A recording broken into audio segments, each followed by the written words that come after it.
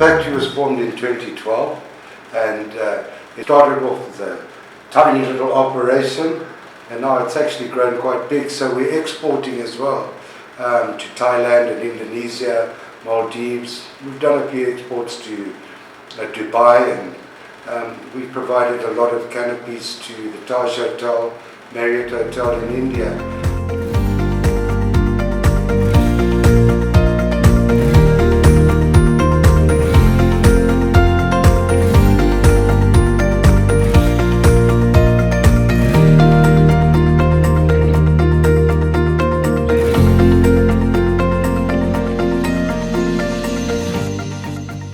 The time taken and the materials that we use and the designs that are used. They're international because it's all designed in Europe for Europe conditions.